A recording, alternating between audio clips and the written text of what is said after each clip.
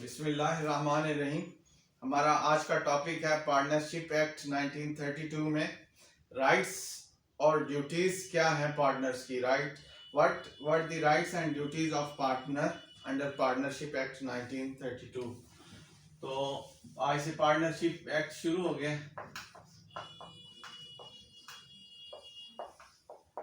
Partnership act 1932 में rights and duties of partners.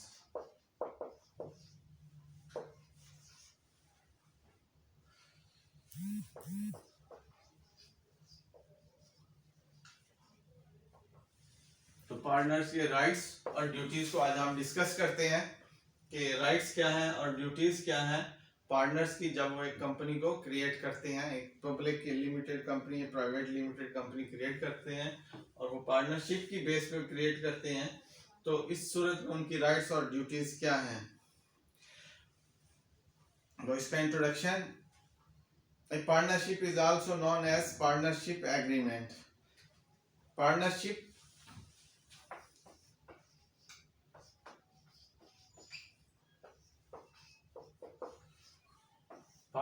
Basically एक partnership agreement है।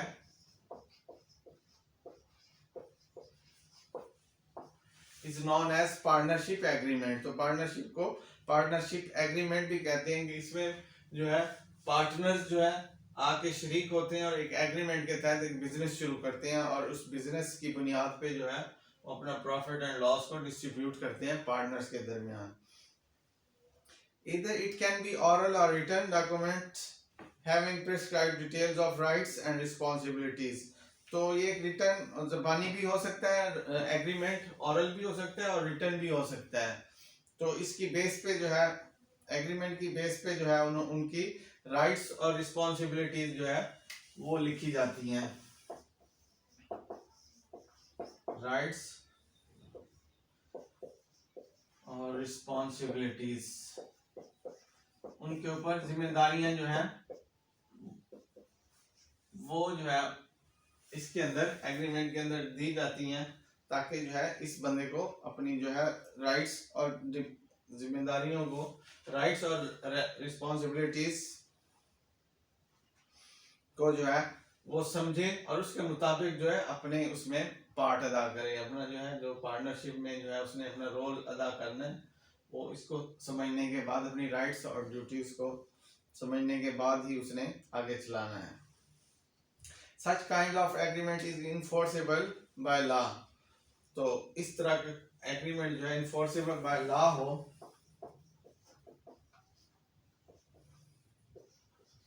enforceable by law. Such agreement is enforceable by law. Such kind of agreement is enforceable by law.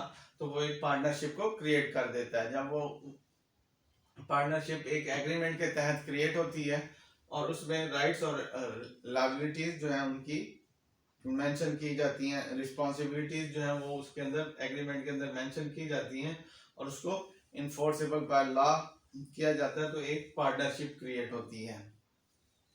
The person who have made the agreement, document of agreement with one another are called partners. तो partners जो हैं वो लोग हैं जो इस agreement में, इस एग्रीमेंट को बनाते हैं और उसमें अपना promise and made a promise that they will share the profit of the business. और वो एक प्रॉमिस देते हैं कि वो उसमें प्रॉफिट्स को शेयर करेंगे, जो भी उस कंपनी के अंदर प्रॉफिट होगा उसको वो शेयर करेंगे। अब पार्टनर की डेफिनेशन देखते हैं। ये पार्टनरशिप था, अब पार्टनर।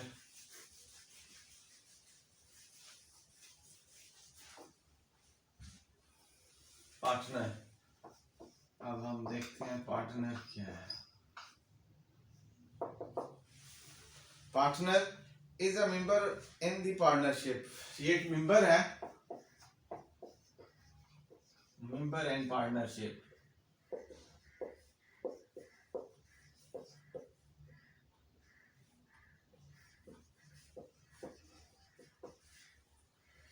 पार्टनर क्या है? Partner is a member in the membership in the partnership who agrees to share both profit and loss. Member है और एग्री करता है, agree to share profit and loss, profit and loss. तो partner जो है एक मेंबर है in partnership और एग्री करता है प्रॉफिट और लॉस को शेयर करने के लिए। एग्री हो जाता है कि ठीक है जी, मैं इस कंपनी में पार्टनर हूँ, इस बिजनेस में मैं पार्टनर हूँ, तो मैं एग्री करता हूँ कि जो भी इसमें प्रॉफिट होगा वो हम शेयर करेंगे और लॉस होगा वो भी हम शेयर करेंगे। तो अब हम अपने असल टॉपिक की तरफ आते हैं, rights of partners. Right of partner के पार्टनर के क्या राइट्स हैं वो आज हम डिस्कस करते हैं। तो उसमें सबसे पहले rights of partner.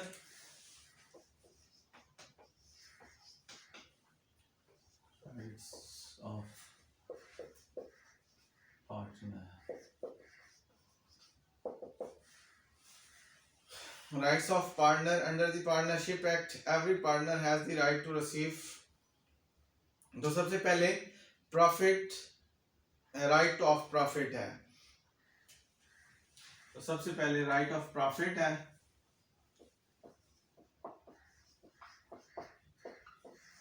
Right of profit. पहला है राइट ऑफ प्रॉफिट। तो हर पार्टनर का जो है सबसे जो मेन राइट है वो यही है कि उस कंपनी में अगर प्रॉफिट हो रहा है तो वो अपने प्रॉफिट को वसूल करे। तो मेन पर्पस भी यही होता है किसी भी पार्टनरशिप के एग्रीमेंट का कि उसमें एक बिजनेस को रन करना है और उसमें से प्रॉफिट निकाल के अपने पार्टनर में डिस्ट्रीब्यूट करना है। तो उसमें सबसे पहले तो राइट जो है फर्स्ट राइट होता है वो अपने प्रॉफिट को हासिल करना है। Under the partnership act 1932 every partner has right to receive the profit of the business. तो उसके पास has right to receive the profit of the business. तो प्रॉफिट हासिल करने का उसके पास राइट होता है पार्टनरशिप एक्ट के तहत। नंबर 2 पे है right of insurance.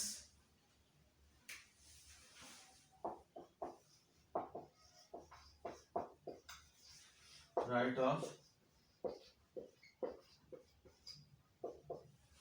Of insurance under the partnership act 1932 every partner has the right to be insured. तो उसके पास राइट है कि इंश्योर्ड हो, right to be insured by the company. तो कंपनी की तरफ से इंश्योर्ड हो in respect of payment by him, कि उसको जो है प्रॉफिट में इंश्योर्ड किया गया हो। तो ये है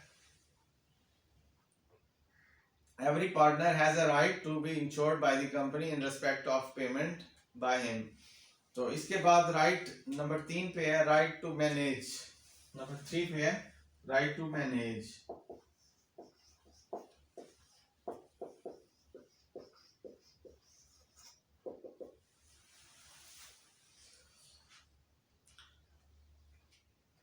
Under the Partnership Act, every partner has the right to take part in the management of business। तो take part, उसमें पार्ट हासिल करना है मैनेजमेंट में। तो ये भी एक राइट है, right to take part, to take part in business management.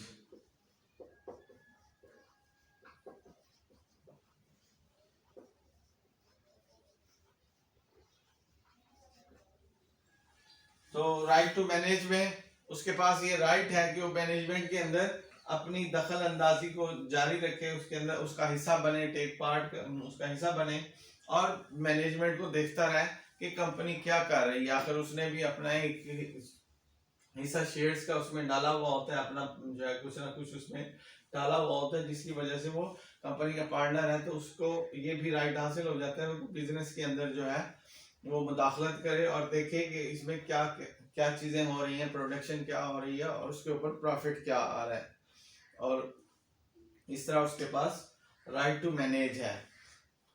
Number 4 पे है right to express opinion. Number 4 पे है right to express opinion, express opinion. तो उसके पास ये भी राइट है कि वो जो है अगर किसी चीज को देखता है वो ठीक हो रही है या नहीं हो रही, तो उसके ऊपर अपनी ओपिनियन को एक्सप्रेस कर सकता है। तो under partnership act every partner has a right to express his opinions relating to the business matters। तो business matters में जो भी उसे नजर आता है तो उसके ऊपर अपनी ओपिनियन दे सकता है, अपनी ओपिनियन को एक्सप्रेस कर सकता है। तो नंबर 5 पे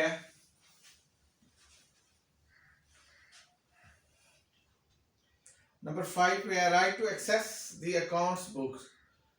तो ये सबसे मेन राइट्स में से है, मैनेजमेंट भी और उसके बाद अकाउंट्स में एक्सेस द अकाउंट्स बुक्स। तो right to access the accounts book, right to access हासिल करनी है टू अकाउंट्स बुक्स।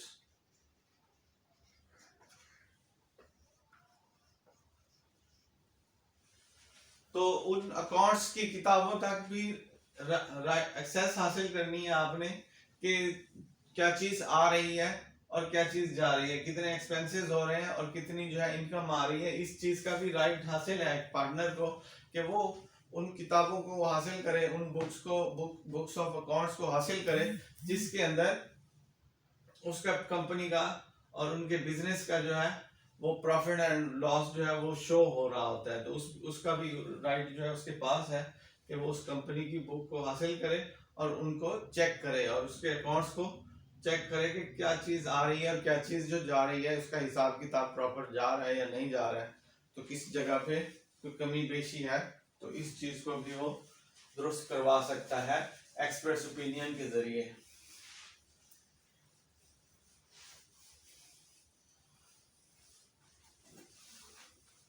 इसके बाद है right to give consent for new partner. तो ये भी जो है उसके पास राइट है कि वो उसकी कंसेंट के बगैर एक नया पार्टनर जो है वो नहीं आ सकता।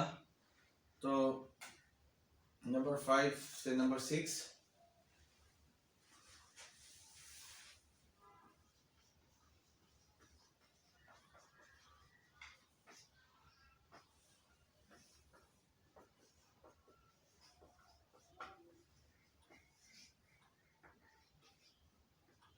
right to give consent to a new partner,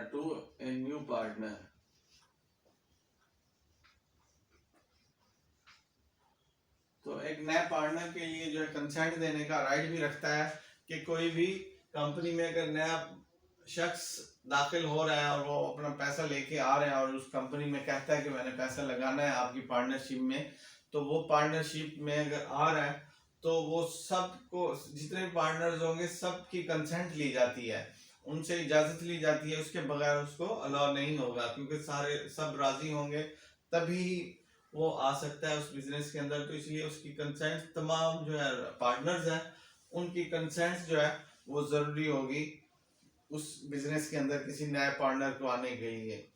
तो नंबर 6 पे आइए, under the partnership act 1932 every partner has a right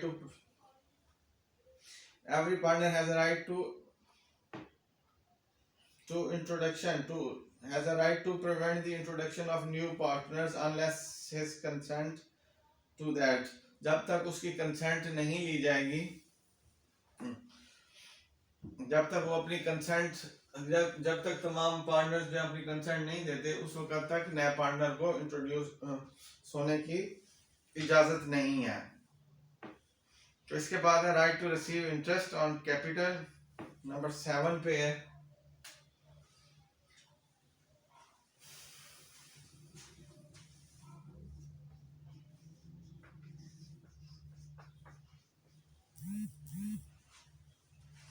number 7 पे है right to receive interest on capital, right to receive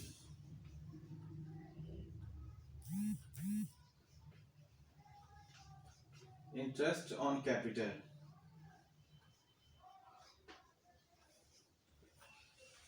capital क्या है? वो सरमाया है जो कि उसमें कारोबार में लगाया गया। अगर कोई कारोबार में सरमाया जो है बाकी पार्टनर्स की निस्बत ज्यादा उसमें शामिल करता है, अपना सरमाया दूसरे लोगों से हट के इस शर्त पे करता है कि मुझे जो इस सरमाया पे, इस कैपिटल के ऊपर जो है मुझे अलहदा से प्रॉफिट या इंटरेस्ट दिया जाए, तो वो भी उसका हक है, क्योंकि वो सबसे ज्यादा अगर कैपिटल उसमें शामिल कर रहा है तो उसका सबसे पहले वो अपना इंटरेस्ट वसूल करेगा। इंटरेस्ट का जो है उसको हक हासिल है कि वो जो है अपना इंटरेस्ट वसूल करे। Under the Partnership Act, every partner has right to receive interest on capital contributed by him. जो कैपिटल उस पार्टनर ने कंट्रीब्यूट किया है उस बिजनेस के अंदर, उसके ऊपर जो है वो प्रॉफिट हासिल करे या इंटरेस्ट हासिल करे, एक स्पेशल जो है अलहदा से, बाकी पार्टनर से हट के। तो ये भी उसके पास राइट है। इसके बाद है right to receive interest on advances.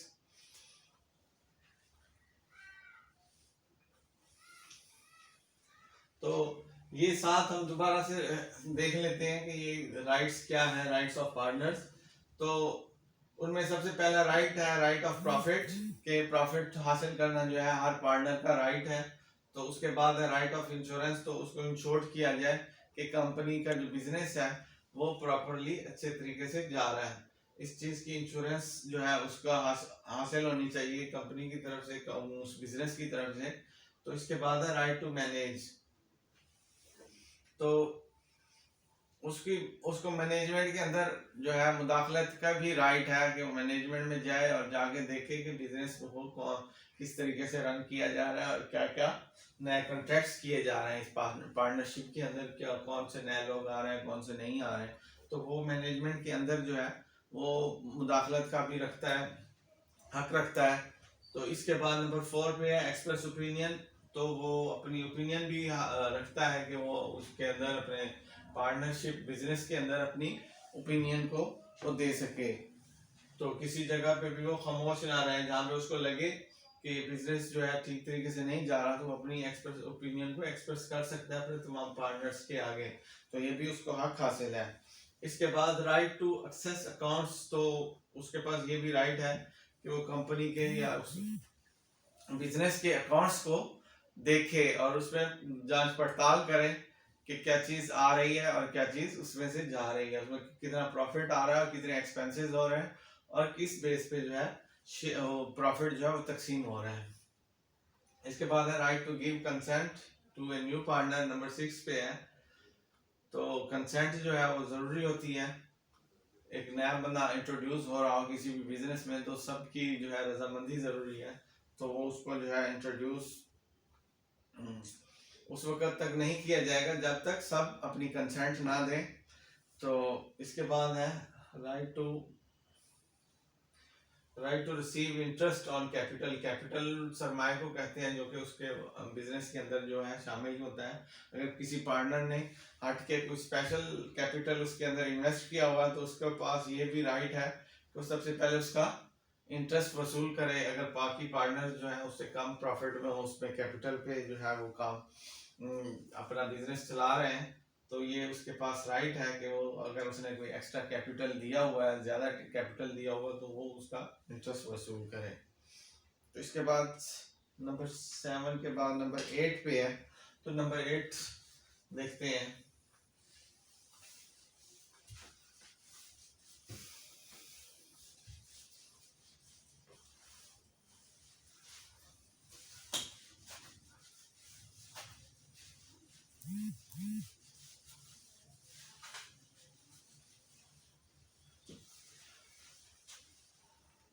Number 8 पे है। नंबर 8 पे है under the partnership act right to receive interest on advances. Right to receive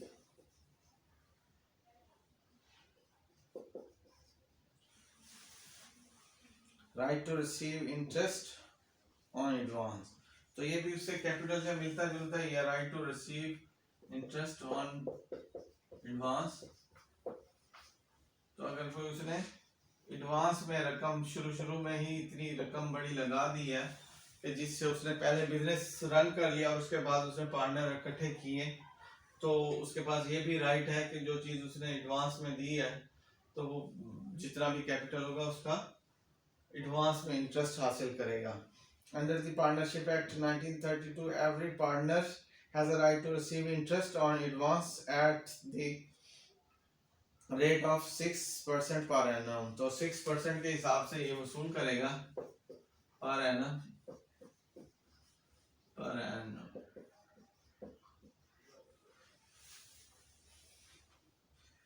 तो 6% के हिसाब से जो है ये वसूल करेगा। तो उसके पास ये भी राइट है कि उसने जो भी पैसे दिए हुए हैं एडवांस के तौर पर, तो उसके ऊपर जो है वो इंटरेस्ट हासिल कर सकता है। तो इसके बाद है राइट टू ऑफ स्टे।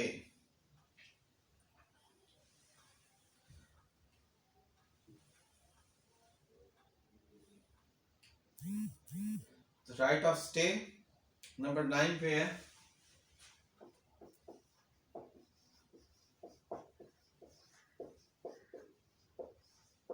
तो उसको हक हासिल है वो कंपनी के अंदर मौजूद रहा है। Under the partnership act all partners have a right. तो तमाम पार्टनर्स के पास ये राइट है to stay in the company, company के अंदर मौजूद रहे एंड कैन नॉट एक्सपेल। तो उनको निकाला ना जाए बाय द अदर पार्टनर्स, दूसरे पार्टनर्स की तरफ से उसको निकाला ना जाए। उनके पास ये राइट है कि वो कंपनी के पास मौजूद रहने जब तक कंपनी वाइंड अप नहीं होती या किसी लीगल वे से उसको अगर खत्म करवाना है तो किसी लीगल वे से जाएंगे, अदरवाइज उसके पास राइट ऑफ स्टे है कि वो कंपनी के अंदर मौजूद रहे। इसके बाद है पार्टनर्स राइट इन इमरजेंसी। तो पार्टनर्स के राइट्स जो है इमरजेंसी में वो क्या है? पार्टनर्स राइट इन इमरजेंसी, ये नंबर था 8, 9, 10। पार्टनर्स राइट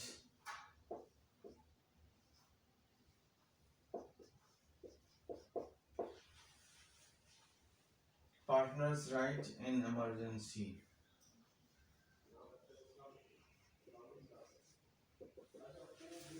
तो इमरजेंसी में उसके पास क्या राइट है? इमरजेंसी में under the partnership act 1932 every partner has a right to act to protect the company from loss in emergency. तो प्रोटेक्ट करना है कंपनी को फ्रॉम लॉस। तो प्रोटेक्शन का जो है इसके पास राइट है कि वो किसी भी वक्त जो है फौरन ही कंपनी में आए और आके वो इकदाम करे जिससे ये लॉस से बच जाए। Protect to save loss, protect to loss. तो ये उसके पास इमरजेंसी है कि वो कंपनी की प्रोटेक्शन के लिए हर वक्त तैयार है और कोई भी ऐसा एक्ट जो उसको नुकसान से, लॉस से बचा सकता है कंपनी को, वो एक्ट करने के लिए उसके पास राइट है। तो ये भी उसके पास एक स्पेशल राइट है, एक अच्छा राइट है कि वो कंपनी की हर वक्त इस काम के लिए तैयार है कि कंपनी को किसी जगह से कोई नुकसान तो नहीं आ रहा, अगर आ रहा है तो वो उसके खिलाफ फौरन ही कोई एक्शन ले और उसके ऊपर जो है वो अपना एक्ट करे और कंपनी को प्रोटेक्ट करे लॉस से। इसमें कंडीशन है there must be a state of emergency और the act must be done for the purpose of protecting the firm from loss. तो वो इस सूरत में उसके एक्ट जरूरी हैं जबकि वाकई स्टेट ऑफ इमरजेंसी हो, there must be a state of emergency इस सूरत हाल में। और दूसरे साइड पे ये कंडीशन है कि act must be done for the purpose of protecting the firm from loss. तो जो एक्ट उसने किया उससे वाकई कंपनी को एक लॉस से बच जाना था। तो इसीलिए ये कंडीशन भी जरूरी है कि कंपनी को लॉस से बचाना है। नंबर 11 पे है right of retirement. Under the partnership act 1932 every partner has a right of avail retirement from the company। तो right of retirement भी है उनके पास, नंबर 11 पे है right of retirement।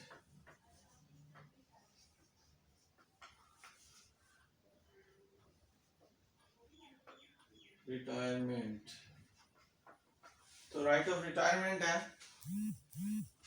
Under Partnership Act 1932, every partner has a right of avail retirement from the company. तो वो avail कर सकते हैं किसी भी वक्त के मैं जी इस कंपनी से रिटायर होना चाहता हूँ, तो वो सबसे जो है बैठ के जो है उनसे कंसर्न लेगा और वो जो है कंपनी से रिटायर हो जाएगा। उसके पास एक राइट है, कंपनी को छोड़ने का राइट तो होता है, हर शख्स के पास होता है कि ठीक है जी मुझे जो है मैं अब इस कंपनी में मजीद नहीं चलना चाहता, तो मुझे जो है फौरन जो है मेरा खाता अलहदा करें, तो उसी टाइम ही उसका हिसाब किताब करते हैं, उसको रिटायरमेंट दे देते हैं। इसके बाद राइट ऑफ डेसोल्यूशन नंबर 12 पे है right of डेसोल्यूशन।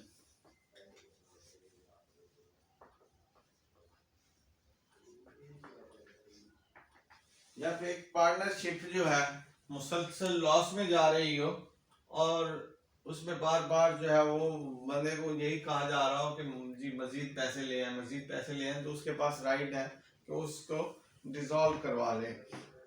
Every partner has a right to file the case for dissolution of firm. तो हर पार्टनर के पास जब उसको लगे कि इस कंपनी ने मजीद बिजनेस नहीं करना और जो हमारा जो बिजनेस था वो अब एंड पे आ गया, तो हर पार्टनर के पास एवरी पार्टनर, तो हर पार्टनर के पास ये राइट है कि वो डिसॉल्व के लिए केस केस करे, उसकी डेसोल्यूशन के लिए वो केस करे और उस कंपनी को डिसॉल्व कर दे। तो इसके बाद है right to stop the company name and property. तो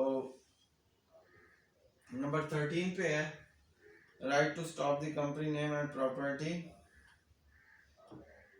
under the partnership act every partner has the right to stop the usage of name of company. So every partner has the right to stop the usage of name of company or property of the company by any other partner on the behalf of his partnership in the company. तो ये number 13 पे है right to stop the company name and property. Number 30 पे है right to stop the right to stop the company name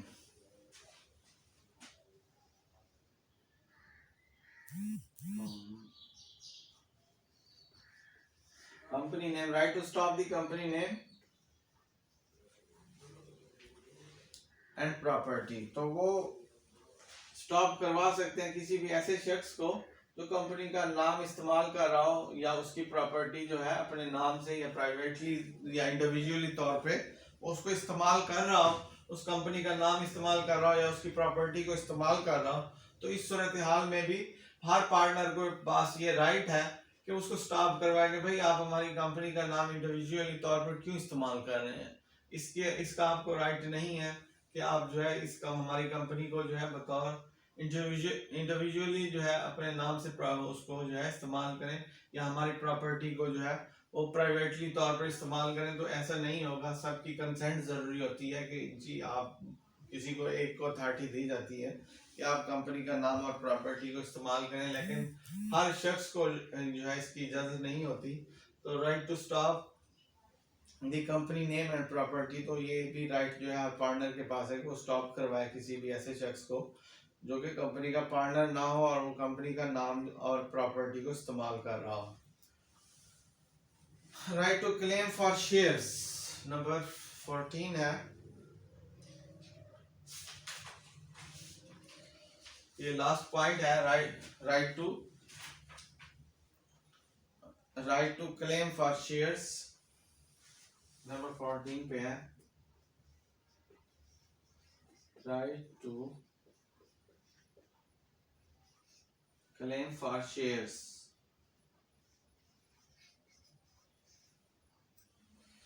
तो ये भी right है right to claim for shares. Under the property under the partnership act every partner who leaves the company due to any reason, अगर वो company को किसी भी वजह से छोड़ जाता है, he can claim to receive the shares. तो उसके पास ये राइट है कि वो अपना जो है शेयर जो है वो क्लेम कर सके।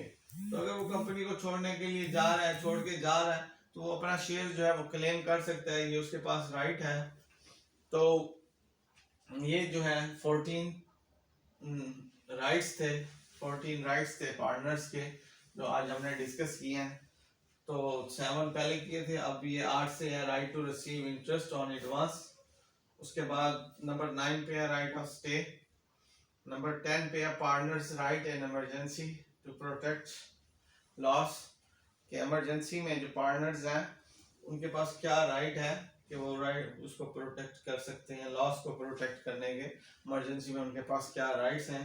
उसके बाद है राइट ऑफ रिटायरमेंट। नंबर 12 पे है राइट ऑफ डेसोल्यूशन। तो इसमें डेसोल्यूशन के लिए केस भी हर पार्टनर जो है डेसोल्यूशन के लिए केस भी कर सकता है कि कंपनी अब मजीद जो है हमारा मजीद से ज़्यादा नुकसान होगा अगर कंपनी को चलाएंगे, तो हर एक पार्टनर के पास राइट है कि वो केस दायर करे उसको ख़त्म करने के लिए। तो नंबर 13 पे है right to stop the company name and property. तो कंपनी का नाम इस्तेमाल करना और उसकी प्रॉपर्टी को इंडिविजुअली इस्तेमाल करने से हर पार्टनर को राइट है कि उसको रोके। तो लास्ट में है right to claim for shares. अगर कोई शख्स, कोई पार्टनर बिजनेस को छोड़ के जा रहा है तो वो अपना जो शेयर है उसका क्लेम कर सकता है, ये उसका राइट है कि वो अगर वो कंपनी को छोड़ के जा रहा है तो वो अपना जो है शेयर जो उसने उसमें डाला था वो उससे उनसे वसूल करे कंपनी से।